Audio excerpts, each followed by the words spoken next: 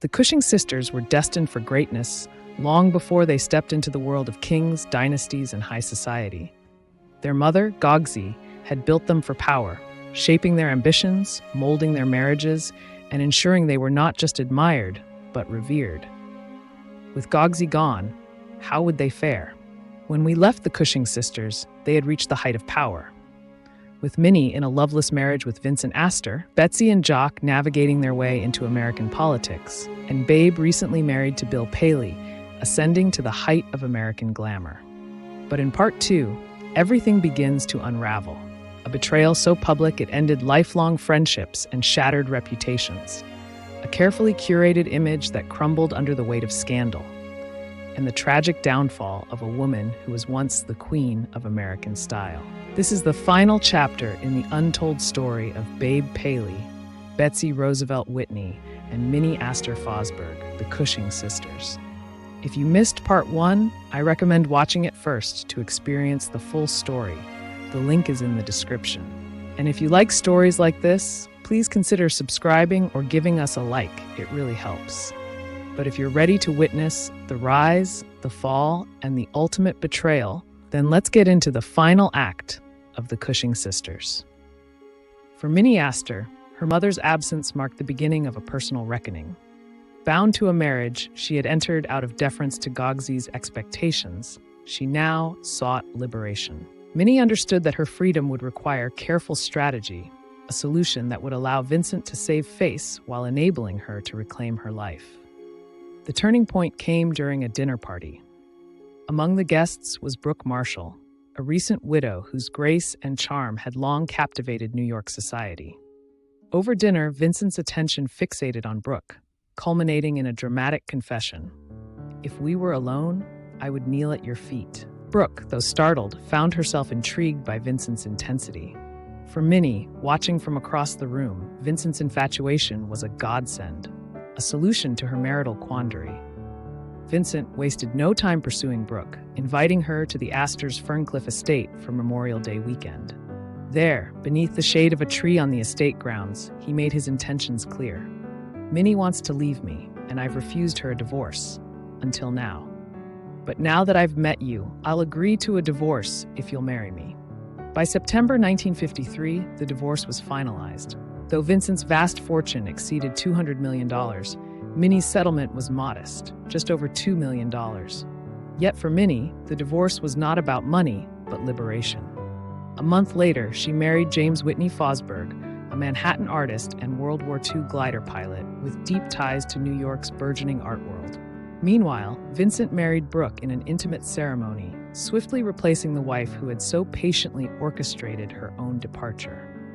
As one observer remarked, it was a Noel Coward play brought to life, a true drawing room comedy of manners. The Paleys began their life together in grand style, honeymooning across Europe for 3.5 weeks before returning to New York aboard the Queen Elizabeth. Their union seemed the pinnacle of perfection. For Babe, marriage to Bill was a triumph. She was no longer a poor relation, but the wife of a media titan. For Bill, Babe embodied everything his fortune could not buy: societal connections, refinement, and a beauty so radiant it captivated all who met her. Together, they appeared untouchable, their lives a dazzling portrait of power and grace.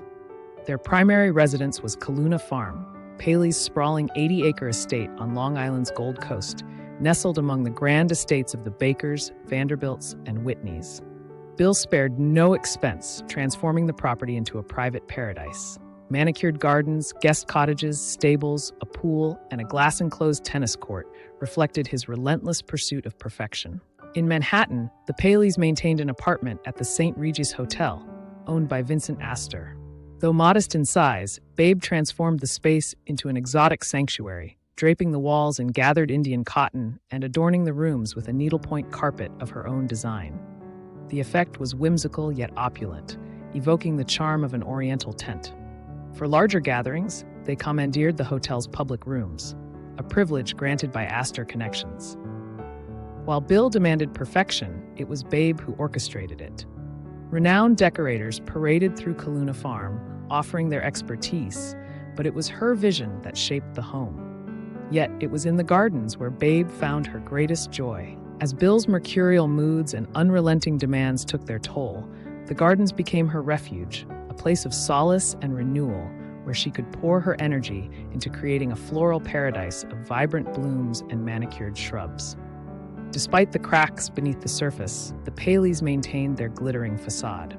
Babe's reputation as the high priestess of American style reached new heights. Even her casual gestures sparked national trends. On one occasion, exiting a Manhattan restaurant on a warm afternoon, she tied her scarf to her handbag. Photographers eagerly snapped the moment, and soon the scarf as bag accessory swept the nation. Women everywhere, from Fifth Avenue to suburban enclaves, sought to emulate her, not just for her fashion, but for the charmed life she seemed to represent. Lists became her lifeline.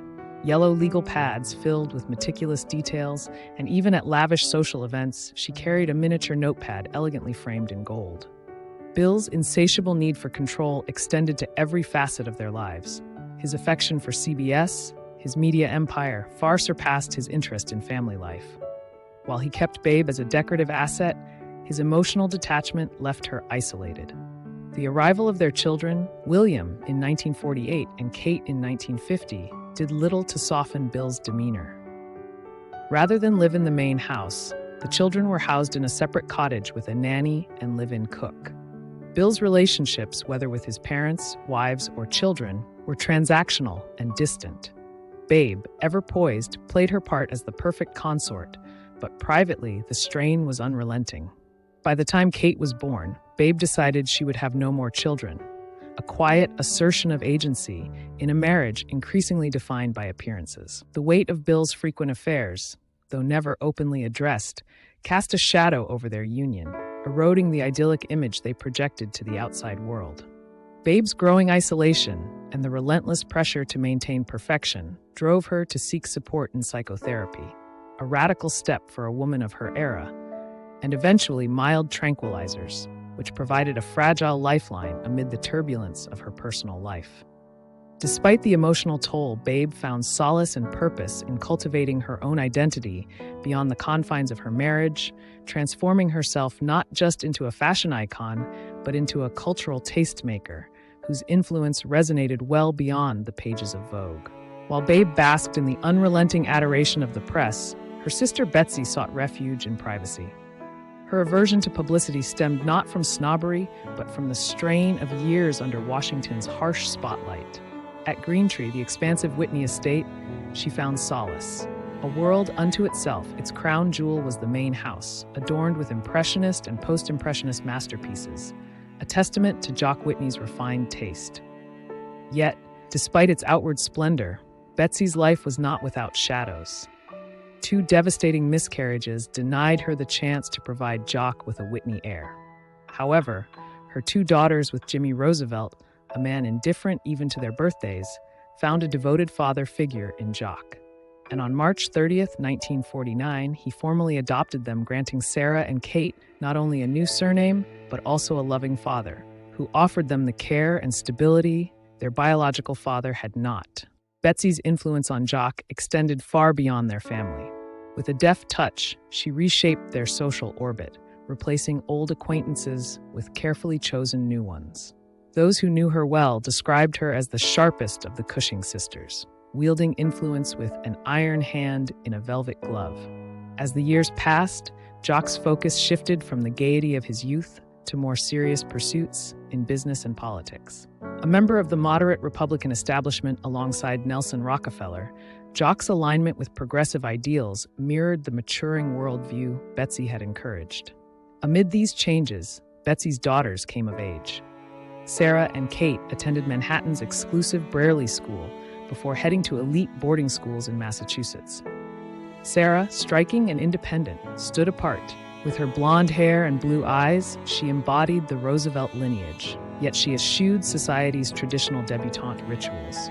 Instead, she pursued a more unconventional path, shaped by summer exchanges in France and family trips to Europe. At college, she met Anthony di Bonaventura, a darkly handsome musical prodigy from Little Italy. Sarah's love for Anthony, the son of an immigrant barber, shook Betsy's carefully curated world. Yet Sarah's resolve was unyielding. a defiance inherited from her mother and grandmother. Though initially resistant, the Whitneys eventually accepted the match. Anthony's parents hosted the Whitneys at their modest brownstone in Little Italy, offering homemade pasta and warm hospitality in a striking contrast to Greentree's opulence. The gesture underscored the universality of love and family, even across such disparate worlds. Their wedding, held at Mary Help of Christians Roman Catholic Church on the Lower East Side, drew thousands of spectators. Sarah, radiant and confident, walked down the aisle on Jock's arm, enchanting the crowd. The marriage, initially celebrated as a modern fairy tale, soon faced challenges. Anthony's promising career as a concert pianist faltered under the demands of raising 5 children: Christopher, Andrea, Peter, Serena, and Betsy Maria, within the pressures of the Whitney orbit. The strain weighed heavily on Sarah, yet Betsy, ever the strategist, found joy in her grandchildren, particularly Christopher, whom she saw as the future heir to the Whitney legacy. Betsy's vision for her family echoed her mother Gogsey's dynastic ambitions, adapted to the 1950s. Her focus on securing the family's legacy aligned seamlessly with Jock's ascent on the national stage, where he became a key supporter of Dwight Eisenhower and was even considered for the vice presidency. However, whether due to personal reluctance or Betsy's aversion to public scrutiny, Jock declined the opportunity, redirecting his efforts toward diplomacy. Meanwhile, Betsy faced a family crisis closer to home. When Minnie announced her intention to divorce Vincent Aster, Betsy and Babe were alarmed. They urged her to endure the marriage, emphasizing Vincent's declining health and the financial windfall that awaited her as his widow. Yet Minnie, defiant and determined, refused to sacrifice her happiness for wealth. By 1953, the sisters conceded defeat, unable to sway Minnie from her decision. In the aftermath, Betsy retreated to her meticulously constructed world at Greentree. It was Jock, recalled Dorothy Dillon Ewison, a family friend, describing Betsy's near adoration of her husband. Every aspect of her life revolved around his preferences and ambitions. Despite the cracks in the lives of those around her, Betsy's world appeared, at least on the surface, as flawless as the estate she presided over. When Minnie divorced Vincent Astor, she won her greatest prize, freedom from a barren, suffocating marriage. To Betsy and Babe, however, it was an unforgivable mistake. Not only had their sister relinquished untold wealth, but her next move was unthinkable. She married James Whitney Fosburgh, a moderately talented painter and an openly gay man. In their eyes, Minnie's defection from the highest echelons of power diminished the Cushing mystique. Yet, it was not Minnie, but Brooke Astor whom Betsy never forgave. At a luncheon honoring Astor's civic achievements, Betsy, feigning polite confusion, tilted her head and inquired with an amused smile, "Brooke Shields?" The laughter that followed was as deliberate as it was dismissive, a sharp social demotion cloaked in wit. Still, the sisters adhered to Kate Cushing's unyielding rule. In public, the family must appear united. Banding together, Betsy and Babe stood by Minnie during her second marriage, despite their private disdain. Minnie could have remained comfortably single, enjoying the wealth and status she had amassed as Mrs. Astor. But with Fosburgh, she found a different kind of security, one that offered companionship without emotional or physical complexities. As a homosexual, he provided the stability of marriage without its demands, and in return, Minnie became his benefactor, his social conduit, his grand patroness. For Minnie, Fosburgh's greatest currency wasn't wealth, but culture. His artistic connections granted her access to New York's most rarefied intellectual circles, transforming her home into the city's most coveted salon. Leonard Bernstein, Tennessee Williams, Cole Porter, Princess Margaret all passed through her drawing room. An invitation to Minnie's became the ultimate privilege. "I didn't know Minnie before her marriage to Jim," recalled her sister-in-law, Liza Fosburgh, "but she was always warm and welcoming. Their dinner parties brimmed with the most amusing, intelligent people. One summer in the Adirondacks, Minnie devoured To Kill a Mockingbird and immediately decided they must invite Harper Lee to dinner. Days later, there she was, seated at their table." Yet time was unkind to Minnie. She grew frail, her once lustrous blonde hair dulling to gray. Friends likened her to Zasu Pitts. Charming, yes, but fading, and in need of constant reassurance. Rumors swirled of heavy drinking, and though her soirees retained their sparkle, The effortless glamour of earlier years gave way to a quiet desperation. By the 1960s, the social center of gravity shifted to Babe. The Paleys reigned supreme, their presence, elevating any event from merely fashionable to the pinnacle of Manhattan glamour. The Paleys were star guests, their every move documented, their approval sought after. Yet the fracture between the sisters deepened. While they remained in touch, the closeness of their youth was gone. Minnie, immersed in her literary and artistic circles, rarely visited Babe's Kaluna farm or Betsey's green tree. She had chosen a different world, one that no longer intersected with the aristocratic grandeur of the Whitneys or the high society spectacle of the Paleys. The unshakable bond of their youth had faded, not broken, but diluted. Polite affection remained, but distance had settled where unity once reigned. In January 1958, Babe reached the pinnacle of her lifelong pursuit of perfection. After a decade on the 10 best dressed list, she was inducted into the Fashion Hall of Fame, joining an elite circle that included the Duchess of Windsor, her friend and sometime rival Gloria Guinness, and the ever-elegant CZ Guest. It was the ultimate validation, proof that she was not merely fashionable, but that she defined fashion itself. Tex McCrary, ever the sharp wit, quipped, "Babe Paley is the one woman all wives permit their husbands to admire." For years, she had been the perfect wife, a living masterpiece tailored to suit Bill's ambitions. But as their marriage evolved, so did she. No longer dressing solely for the gaze of her exacting husband, she found joy in style as an expression of self. Each carefully curated look, not just a performance, but a form of control. By her early 40s, she was more radiant than ever. Statuesque, with luminous skin, a swan-like grace, and aristocratic features that once seemed too sharp but had become her most alluring assets. But even the most polished surfaces can crack. While vacationing, Babe and Bill noticed that their youngest child, Kate, then not yet 5, was losing her hair. By summer's end, it was all gone. Her eyelashes, eyebrows, every strand vanished as if erased. The diagnosis was swift and cruel: alopecia universalis, a rare autoimmune condition. In a family where perfection was paramount, the illness felt like a betrayal of the unspoken covenant Babe had built her life upon. No doctor, no specialist, no whispered consultation in the hushed offices of Manhattan's best could bring Kate's hair back. Babe went crazy, recalled a family friend. Desperate to shield Kate from scrutiny, she turned to her trusted hairdresser, who fitted the child with a wig in a conspicuous Buster Brown cut, complete with bangs to mask her missing eyebrows. A turban after swimming, a hat tilted just so, all to mask the condition. But beneath the careful concealment, the emotional toll was immense. Babe, who had built an empire on control, was now faced with the one thing she could not fix. Kate's condition was more than a personal tragedy. It was a rupture in the immaculate facade of the Paleys. It gnawed at Babe's sense of control, burrowed into her marriage, and became an unspoken indictment of the brittle perfection she had so carefully cultivated. Her older children from her first marriage, Tony and Amanda, fared better. Tony, who inherited his mother's gentleness, was her quiet solace, though his bond with Babe irritated Bill, who demanded her attention be undivided. For Billy and Kate, his children with Babe, the burden was heaviest. Sensitive and introspective, Billy struggled beneath the weight of expectations he could never fulfill. Bill, always seeking dominance, forced him to abandon his natural left-handedness, a small but telling act of control. Sent away to boarding schools, Billy's loneliness deepened, eventually leading him to rebellion, drug use, and a search for belonging in places far removed from his gilded upbringing. He later reflected, "My parents thought I was crazy. I was sent to a psychiatrist when I was 10, got kicked out of schools, started smoking dope when I was 16, and didn't have many friends. I loved my parents, but I hated them, you know." Kate, too, withdrew. As she grew older, she turned to religion for solace, seeking comfort in distance.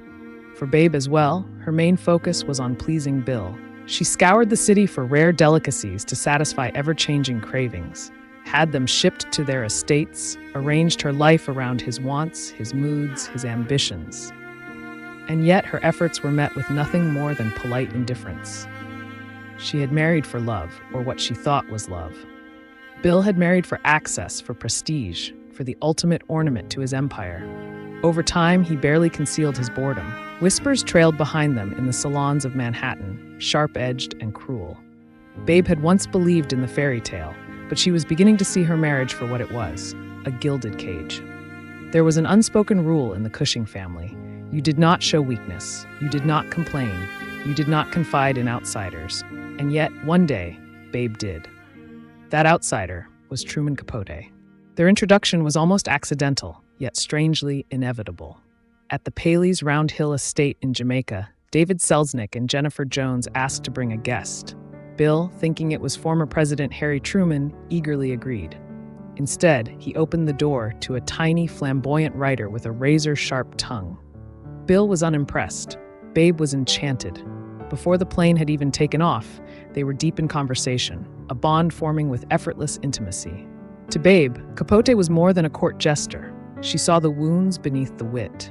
To Capote, Babe was more than a muse. She was the epitome of style, the living novel he longed to write. Their friendship was intoxicating. Capote introduced Babe to Proust and Flaubert. She taught him about antiques, art, and aristocracy. They completed each other. He joined their glittering travels, dining aboard the Guinness's yacht, strolling through Europe with the Paleys, cruising the Greek Isles with Mirella Agnelli and Lee Radziwill. He was both guest and observer, capturing every whisper, every betrayal, every aching smile hidden behind a cocktail glass. Babe basked in his adoration, reveling in his ability to see beyond the veneer she had so painstakingly constructed. But Capote was never content to simply observe. Truman was captivated by Babe, but he was obsessed with them all. The swans, as he called them, were his living characters, impossibly chic, their lives a blend of elegance and quiet tragedy. Gloria Guinness, CZ Guest, Slim Keith, Mirella Agnelli, Pamela Churchill, each exquisite but none so perfect as Babe. Babe had only one flaw, he said. She was perfect. Other than that, she was perfect. Babe, for all her brilliance, overlooked the warning signs. She saw Truman as a kindred spirit, not a novelist mining her life for gold. For now, their relationship was symbiotic. She gave him access, he gave her devotion. But a reckoning was coming. Capote wasn't just observing the swans. He was sharpening his knife. As the Paleys and Capote reveled in their dazzling, tumultuous world, Betsy and Jock moved in a sphere of quiet distinction. Where Babe's life was a whirlwind of gossip and social warfare, Betsy's was rooted in tradition and discretion. The contrast between the two sisters mirrored the shifting tides of New York society, where old-world decorum clashed with the rising glamour of the jet set. Jock, once a devoted Democrat, had shifted his allegiance toward the pragmatic conservatism of Eastern Republicans, becoming one of Eisenhower's most valuable allies, working alongside influential figures like editor Russell Davenport and Senator Howard Duff of Pennsylvania. His fundraising prowess helped secure Eisenhower's victory, and with it, a seat at the highest echelons of power. Following Eisenhower's re-election in 1956, Jock was informed of the president's intent to appoint him as ambassador to the UK. For a man who had forged deep ties to Britain during his wartime service and who had studied at Oxford, the role seemed almost inevitable. For Betsy, it was a dream realized. A lifelong Anglophile with warm memories of her interactions with the British royal family, she embraced the move wholeheartedly. Unlike the public demands of political life, which she had carefully avoided, the role of an ambassador's wife allowed her to embody a refined, distinctly British form of elegance that suited her perfectly. By early 1957, the Whitneys had settled in London, arriving amid the tensions of the Suez Crisis. Jock, dubbed the gifted amateur by Time magazine, swiftly proved himself. His natural diplomacy, charm, and strategic acumen earned him high praise from Prime Minister Harold Macmillan, who deemed him the best American ambassador in many years. Beyond politics, Jock's passion for horse racing provided an unexpected bridge to the royal family, strengthening his already close ties with Queen Elizabeth II and the Queen Mother. Betsy flourished in her own right, cultivating friendships within the British aristocracy and presiding over Winfield House, the grand Georgian mansion that served as the ambassador's residence. She filled its rooms with treasures from Greentree, including Impressionist masterpieces. Throughout their tenure, Winfield House became the setting for some of London's most distinguished gatherings. Thanksgiving dinners brought together Vice President Richard Nixon and Queen Elizabeth, while intimate luncheons hosted the likes of Lord and Lady Mountbatten. Betsy's meticulous attention to detail was evident in every event, whether adjusting a menu to suit the Queen's preferences or ensuring diplomatic affairs unfolded with the effortless grace of a perfectly staged performance. Yet, even in this idyllic chapter of their lives, old ghosts resurfaced. Among the many social figures orbiting was Pamela Digby Churchill, a woman whose talent for social maneuvering was as formidable as her beauty. Pamela had long been whispered about in connection with Jock. Rumors of a wartime romance, though never confirmed, lingered in certain circles, fueling Betsy's unease. Pamela, now well-connected social operator, moved through power and wealth with a strategic precision that made her both admired and feared. It was with quiet reluctance that Betsy extended an invitation to Pamela to visit Greentree, their estate in New York. To minimize the risk of disruption, she enlisted Babe as hostess, ensuring the weekend was conducted with the formality of a diplomatic engagement rather than the intimacy of a social affair. Pamela's arrival was nothing short of theatrical. She came armed with an entourage, her own maid, silk sheets, and a vanity laden with perfumes, creams, and the carefully curated accoutrements of a woman who never left anything to chance. Yet, it was not her lavish preparations that unsettled the weekend. It was the effect she had on the men in the room. To provide Pamela with a proper escort for an evening at the theater, Babe arranged for Leland Hayward, a prominent Hollywood producer and, crucially, the husband of her dear friend Slim Keith, to take her. Slim, unfazed, agreed. It was a simple gesture, a matter of logistics. What followed was something else entirely. Hayward, a man who had built his career on spectacle, found himself captivated by Pamela. What began as a casual introduction quickly unraveled into a passionate affair. Within months, Hayward had left Slim and married Pamela. For Babe and Betsy, the entire episode was a mortifying lesson in the dangers of hospitality. What had been intended as an obligatory social courtesy had instead become the catalyst for scandal. If there was any silver lining, it was that Pamela, now firmly ensconced in her new marriage, no longer posed a threat to their own. Even so, both sisters remained wary of her presence, acutely aware of her history and her ability to shift the course of lives with little more than a well-placed glance. As the scandal faded into the past, the Whitneys returned to London, where their tenure as America's premier diplomatic couple drew to a graceful close. In October 1959, they made a brief return to New York to attend the wedding of their younger daughter, Kate. Her groom, William Haddad, came from a modest background, but Betsy, ever composed, masked any disappointment with her usual grace, reassured by the financial security Jock had provided for their daughters. Their final months in London were a flurry of farewells and diplomatic triumphs. The Queen hosted a farewell luncheon at Buckingham Palace, and Prime Minister Macmillan held a private dinner in their honor, further cementing the deep respect they had earned on both sides of the Atlantic.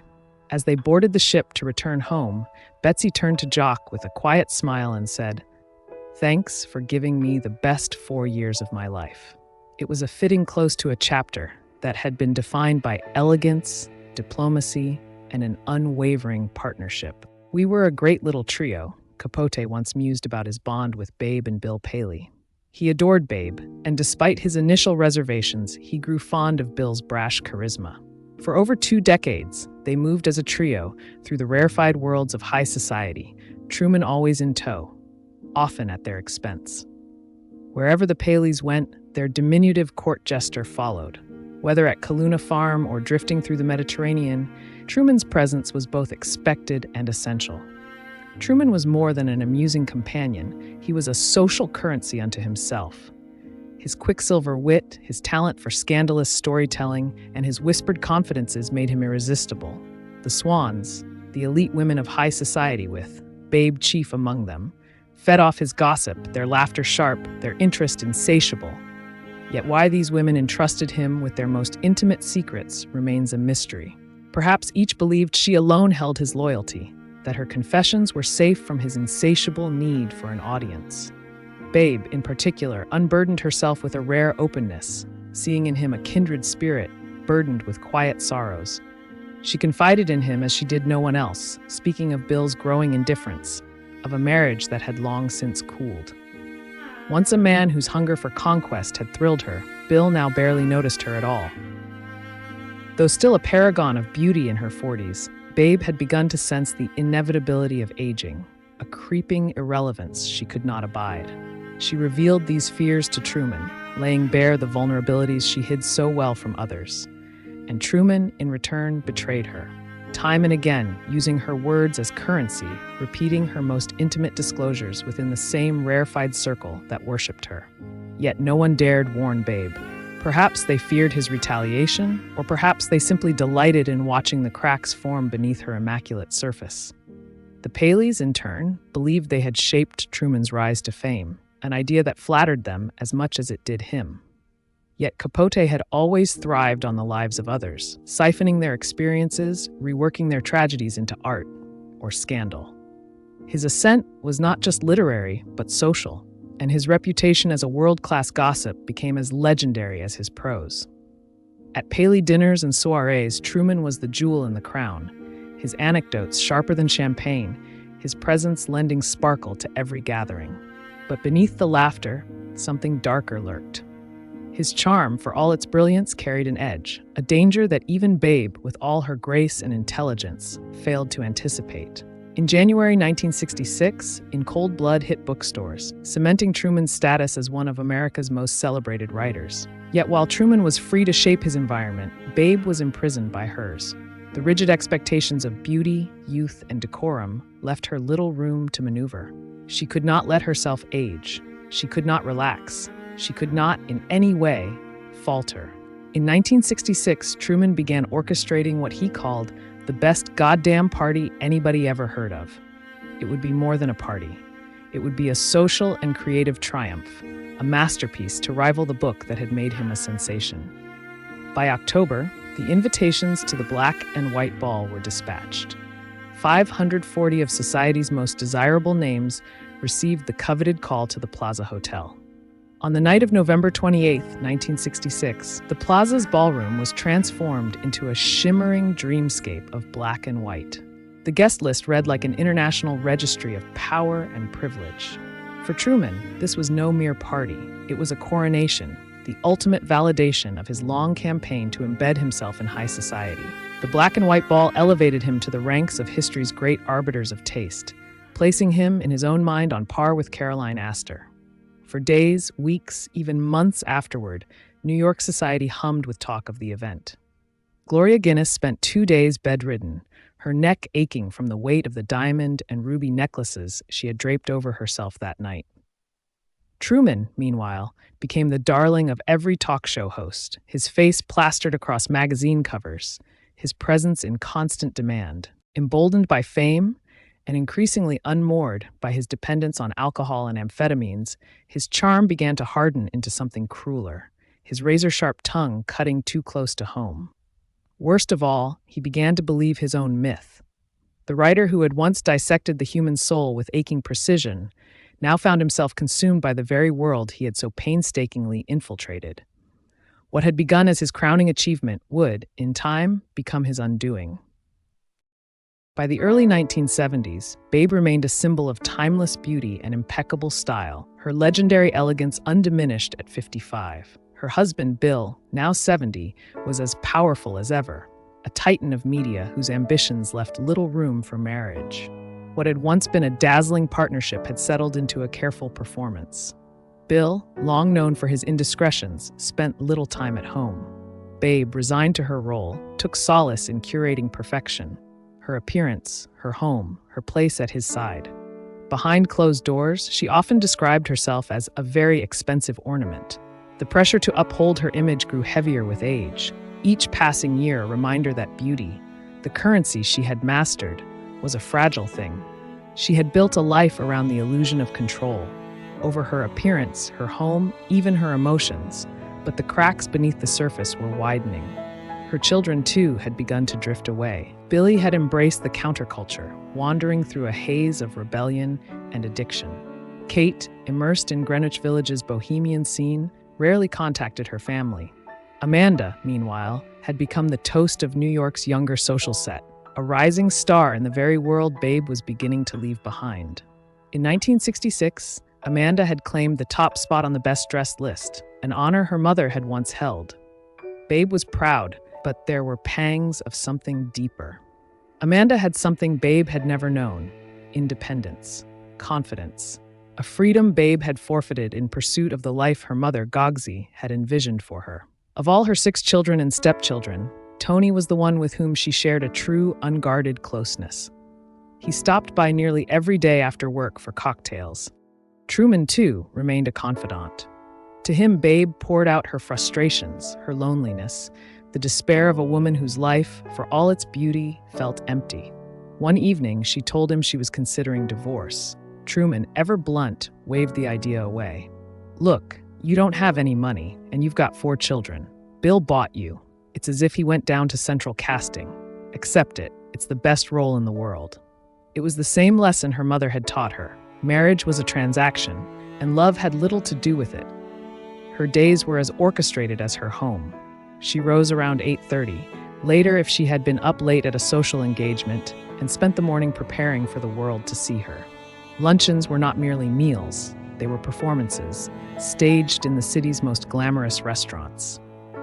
Every movement was deliberate, every appearance an exercise in maintaining the legend. Evenings, as ever, were dictated by Bill's schedule. If he required her presence at an event, she was there. There were few protests. Her role was clear. To the outside world, she remained the picture of effortless grace. But behind the gilded doors, Babe Paley was tired. Tired of being exquisite. Tired of living in a world where perfection was both a privilege and a prison. "She makes excellence look easy," Vogue had once declared. But for Babe, it had never been easy. It had only been necessary. During Parisian visits, the Paleys also paid their customary calls to Pamela Churchill. Bill, like his brother-in-law Jock, found her utterly captivating. Babe, however, saw Pamela as something else, a rival. Bill's unguarded laughter in her presence, his easy admiration, was a quiet but persistent irritant. A lifelong smoker, she increased her intake to over 2 packs a day, relying on cigarettes as both a coping mechanism and a silent rebellion against the constraints of her image. Despite her own struggles, Babe remained an impeccable hostess, a flawless gift giver, a woman who anticipated the needs of those around her. She shopped year-round for Christmas presents, recalled birthdays and anniversaries with precision, and sent handwritten notes at just the right moments. If her perfectionism had once been a tool for survival, by the 1970s, it had become something else, a legacy of thoughtfulness, a refusal to let her own unhappiness taint the lives of those she cherished. While Babe found solace in the glittering constellation of her friendships, Betsy drew her greatest happiness from the quiet constancy of family. Of all the sisters' marriages, hers to Jock was the one true love match. Betsy had secured the rarest of prizes, a man who both adored her and enriched her world. As a friend said, Betsy was terribly loyal to Jock, but not in a cloying way. She seemed to worship him. I never saw sharp words or barbed remarks. Betsy and Jock were different. She was his true helpmate. As the years unfurled, their post-ambassadorial life centered on family.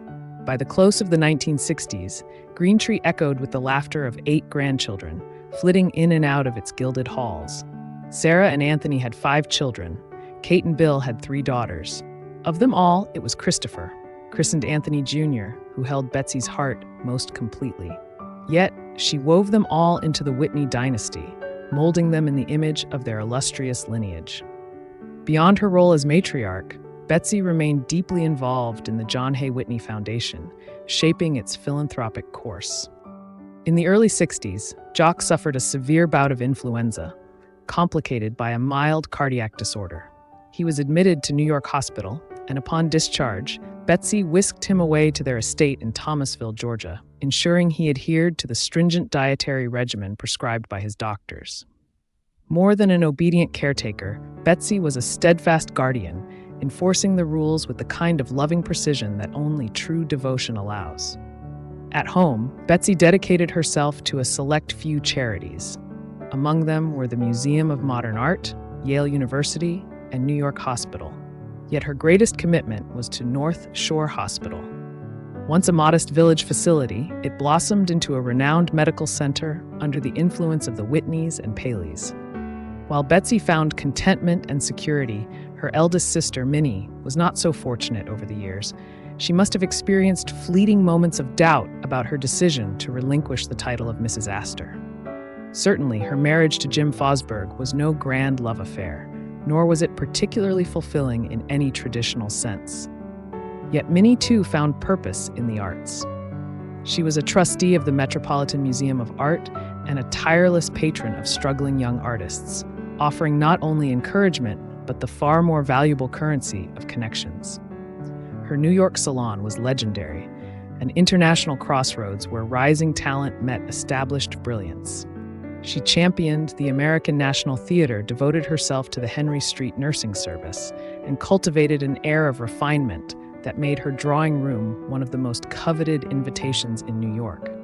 Meanwhile, Jim painted less and less after they moved from their townhouse.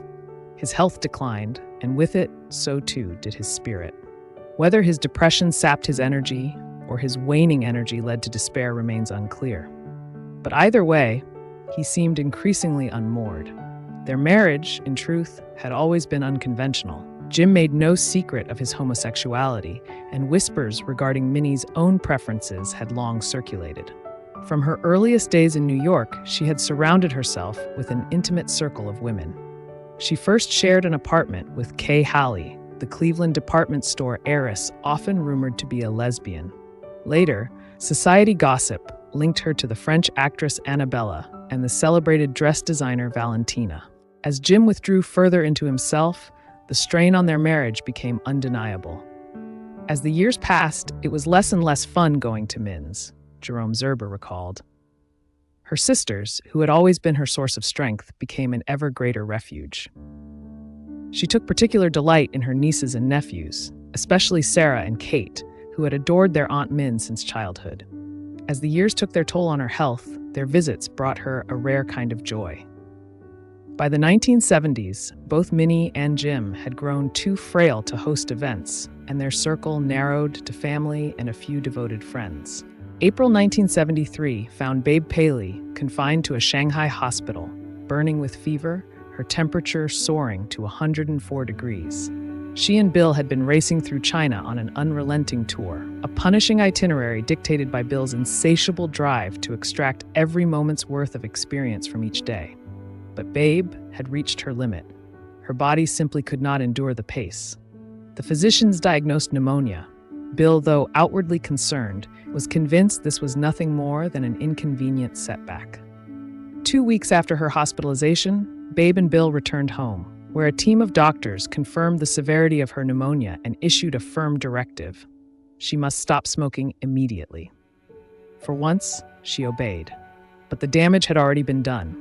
And in January, doctors discovered a small tumor on her right lung, and a third of it had to be removed. At first, there was optimism. Her physicians believed they had successfully arrested the spread of cancer. A little over a year later, surgeons removed the remainder of her right lung. Up until then, she had continued to entertain, to attend events, to preserve the image of effortless perfection. But after this second surgery, the illusion began to fray. Bill, ever the man who refused to accept limits, launched a desperate search for a cure, scouring the globe, consulting specialists, looking miracle treatments. Accustomed to shaping reality to his liking, he simply could not fathom a world in which his wife's illness could not be fixed, where his influence, his wealth, his sheer force of will were powerless. Truman, however, remained constant. His attentiveness never wavered. Babe, when strong enough, continued to visit him at his apartment. He, in turn, made regular visits to her bedside, offering his usual mix of warmth, wit, and irreverence. And then, in November of 1975, without warning, Esquire published an excerpt from his long-anticipated novel, Answered Prayers. Capote, convinced he was crafting his magnum opus, had labored under the weight of his own perfectionism for years, rewriting, revising, struggling to meet the deadlines of his publishers. The chapter, La Côte Basque, 1965, was a literary guillotine, a thinly veiled indictment of the very elite who had once embraced him as their own. His swans, the paragons of high society, found themselves transformed into characters, their most intimate secrets laid bare for public consumption. At the heart of the tale sat Lady Ina Coolberth, a lightly disguised Slim Keith, who, over lunch, delighted in unspooling the scandals of the international set. No one was spared. Names were named, betrayals unearthed, indiscretions dissected with a surgeon's precision. Among the most salacious was the story of Sidney Dillon, Capote's thinly disguised Bill Paley, and his wife, the exquisitely poised Cleo Dillon, his fictional stand-in for Babe. The tale, a sordid tryst between a governor's wife and a ruthlessly ambitious Jewish magnate, was a not-so-subtle takedown of Marie Harriman and Bill Paley. Sidney had fixated on the governor's wife for years, drawn to her not just for her beauty, but for the social power she wielded. And then, when fate conspired, his wife and the governor conveniently away, he seized his moment, inviting her to his home. The seduction, however, was a catastrophe. She had failed to warn him. She was menstruating. By the time she left, the bed was stained with blood. Panic-stricken, his wife due home within hours, Dillon tore the sheets from the bed, scrubbing them in the bathtub with frantic desperation. When that failed, he did the unthinkable. He shoved them into the oven, drying them just in time to remake the bed and collapse into exhausted relief. For Babe, who had spent her life curating an image of perfection, the public airing of her husband's infidelity, and worse, her own implied coldness, was an unforgivable betrayal. The moment she read the story, she picked up the phone and called Slim Keith. "What did you think?" Babe asked. "It's just fiction. Forget about it," Slim replied coolly. But Babe did not forget. She called every member of her family and delivered a simple, ironclad decree. Truman Capote was now persona non grata. Truman tried to call Babe, but she no longer took his calls. When he finally got a hold of Bill asking what he thought of the story, the response was cold. "Well, I started it and dropped off to sleep," Paly replied. "And when I woke up, they'd thrown it out." When Truman pressed further, desperate for a reaction, Paly dismissed him with finality. "Truman, my wife is ill. I really haven't time for this." Babe never spoke to him again. "She was my best friend," Truman later lamented. "I really loved her. One of the saddest things is that while she was sick, I couldn't go to her." Truman wrote her 2 long letters, both of which went unanswered. He tried to enlist mutual friends to help repair the friendship, but Babe would not be moved. According to one of Babe's closest friends, she always spoke of Truman as the snake who had betrayed her. For Babe, the betrayal of Truman was a deep and enduring wound. Yet, beneath her anger lay something even more painful: grief. Like Capote, Babe had lost her closest friend. By the late 1970s, Babe's cancer seemed to have stabilized after experimental interferon treatments. In the summer of 1977, she even felt well enough to sail the Mediterranean with Bill aboard the Guinness's yacht. The sea air, the glamorous company, the illusion of vitality. For a brief moment, she felt like herself again. It was the last perfect moment of her life. Upon returning to New York, her condition rapidly declined. For the first time, Bill Paley seemed truly shaken.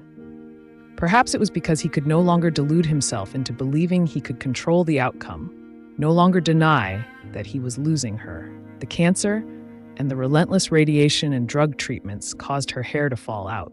She took to wearing wigs or wrapping her head in scarves. During these final months, Babe and her daughter Amanda grew closer.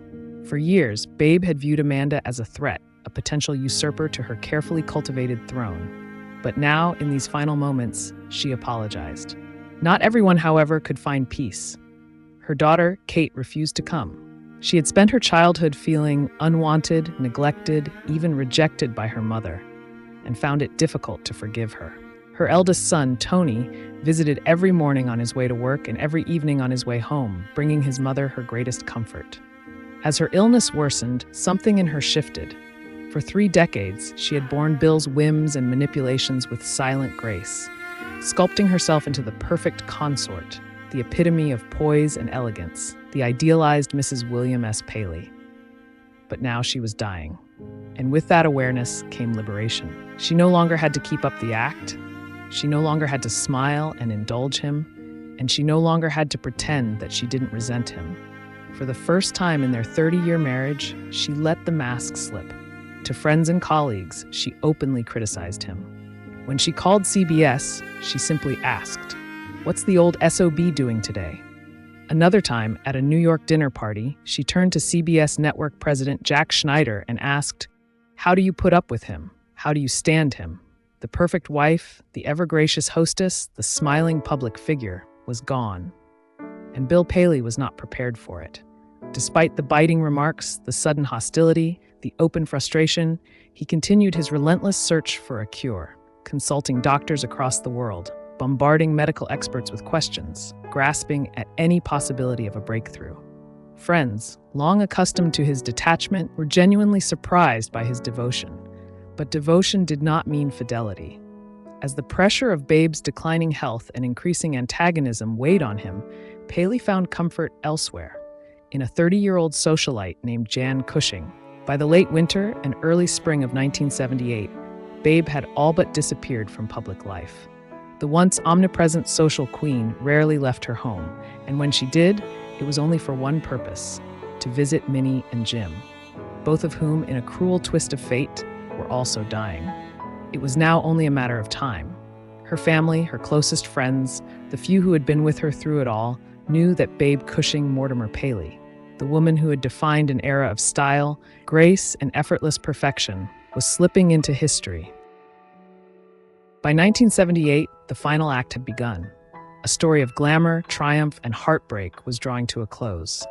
The luminous sisters, once the reigning queens of high society, were now fading, one by one. Both Babe and Minnie were dying of cancer, their once radiant presence dimmed by illness. Their bodies, so carefully adorned in the most exquisite fabrics, had betrayed them. Their lives, once filled with beauty and admiration, had become a series of quiet goodbyes. Minnie's husband, Jim Fosberg, was in even graver condition, retreating into silence as he battled an inescapable end. A former glider pilot with the 101st Airborne Division, he had once crossed the Rhine, helped liberate Norway. Now, the battlefield was within him, his cancer inoperable, his body surrendering to time. Jim drank heavily and was sedated for his cancer. He was very hard to communicate with, recalled a friend from the art world. On April 23, 1978, at 67, Jim Fosberg succumbed to his illness, leaving behind a legacy of paintings, an estate worth $800,000, and a widow with little time left to grieve. True to the Cushing way, Minnie bore it all with quiet dignity. Their marriage had been unconventional, but it had endured. And now, she faced her own ending alone, too frail to entertain, too weak to return to the world that had once adored her. Babe, equally fragile, could offer little more than moral support, a daily phone call, an occasional visit when she could muster the strength to leave her Fifth Avenue apartment. Betsy, ever the dutiful sister, balanced the demands of Greentree, her role as Mrs. John Hay Whitney, and the quiet burden of watching both her sisters fade. Some whispered that Minnie suffered from Alzheimer's, others blamed alcohol, but those closest to her dismissed such rumors. She was simply very frail. By Easter Sunday, 1978, Babe took to her bed. The last remnants of the glittering world she had so exquisitely curated, the lavish parties, the breathtaking couture, the effortless perfection, began to slip away. Only family and the closest of friends were admitted into her sanctuary. A bedroom designed by Sister Parrish and Albert Hadley, a space as flawless as she had always been. Even as her body weakened, Babe remained a vision, her makeup flawless, her silk nightgowns immaculate. She was dying as elegantly as she had lived, yet she left her bedroom just once. That June, Babe made her final pilgrimage to Kelowna, the country retreat she had arrived at 31 years before, so full of youthful hope, so certain that happiness would be hers. In a golf cart, Bill, Tony, and Amanda accompanied her through the gardens she had designed, the carefully cultivated paths, the dell where the sunlight danced on the water, the pond that mirrored the sky. Never having found the happiness she had so ardently pursued, Babe was determined to take one last memory with her. During that final weekend, Betsy came to visit. But according to Babe's daughter Amanda, it was not a visit of sisterly solace. Betsy spent the entire time complaining about her servants, Amanda later recalled. Babe, drifting between life and death, said nothing. For decades, Babe and Betsy had spoken almost every day. But now, in this final moment, Amanda saw what had always been hidden beneath the surface. "I think Betsy had always been jealous of her," Amanda said. Even in death, the distance remained. Returning to Manhattan for the last time, Babe took to her bed. She slept often, dulled by morphine, yet she refused to be tethered to tubes or machines. When awake, she listened to old radio programs, Paul Newman films, and Sherlock Holmes mysteries, the distant echoes of a world she would soon leave behind. Eventually, she gave up on television altogether. There were no more guests, no dazzling soirees, and no grand entrances. The hostess of the century had drawn the curtains on her own stage. The Paly family gathered almost every night, but it was Tony and his wife who remained closest, tending to her with quiet devotion.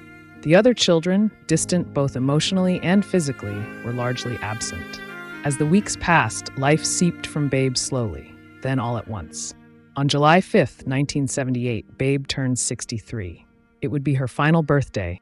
There was no champagne, no flowers, no carefully arranged guest list, only a silent family vigil that lasted until dawn. And as morning broke, so did she. She died as she had lived, elegant to the last, draped in an imported lace bed jacket, her bald head wrapped in a silk turban, her makeup meticulously applied. Babe Paley took her final bow. Her estranged daughter, Kate, arrived just in time to witness her mother's last hour. It was the first time in years that they were together, yet the distance between them had never been greater. Condolences poured in from around the world, but perhaps the words that would have pleased her most came from Enid Nemi of the New York Times. In that decade, she was to many the ultimate symbol of taste and perfection, the inspiration for mannequins in Lord & Taylor's windows, for countless sketches, photographs, and magazine spreads. She was, quite simply, an icon. And so Babe Cushing Mortimer Paley left the world as she had lived in it, gracefully, exquisitely, and entirely on her own terms. Restless, Bill threw himself into motion. Dinners, parties, endless engagements, as if movement alone might ward off the loneliness creeping in. To preserve the world Babe had curated, he turned to Françoise de la Renta, who swiftly assumed hosting duties at 820 Fifth Avenue. Under her reign, the guest list evolved. No longer the hallowed halls of old money, but a broader, more eclectic crowd.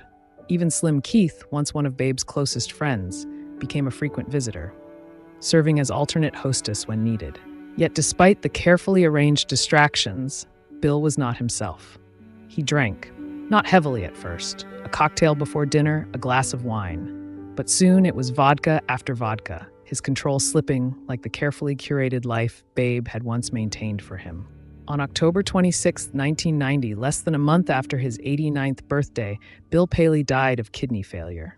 He was buried beside Babe at St. John's Memorial Cemetery, where she had been waiting for him for 12 years. While Bill's grief played out in the public eye, Minnie Cushing Aster Fosberg faded into quiet reclusion. Like her late husband, her cancer was inoperable, but she asked for no fanfare, no final spectacle. Her world shrunk, her once vibrant salons now a distant memory. Only family and a handful of old friends remained.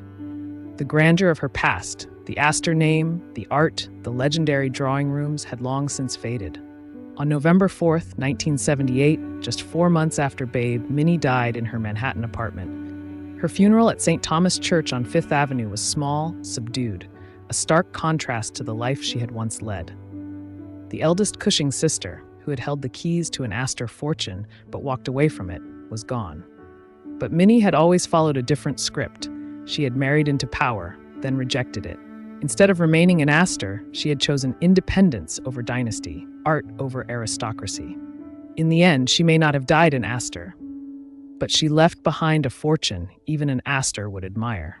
With Babe and Minnie gone, Betsy turned her full attention to Jock. The days revolved around his declining health, ensuring his final years were as comfortable as possible, while also securing her hold on the vast Whitney fortune.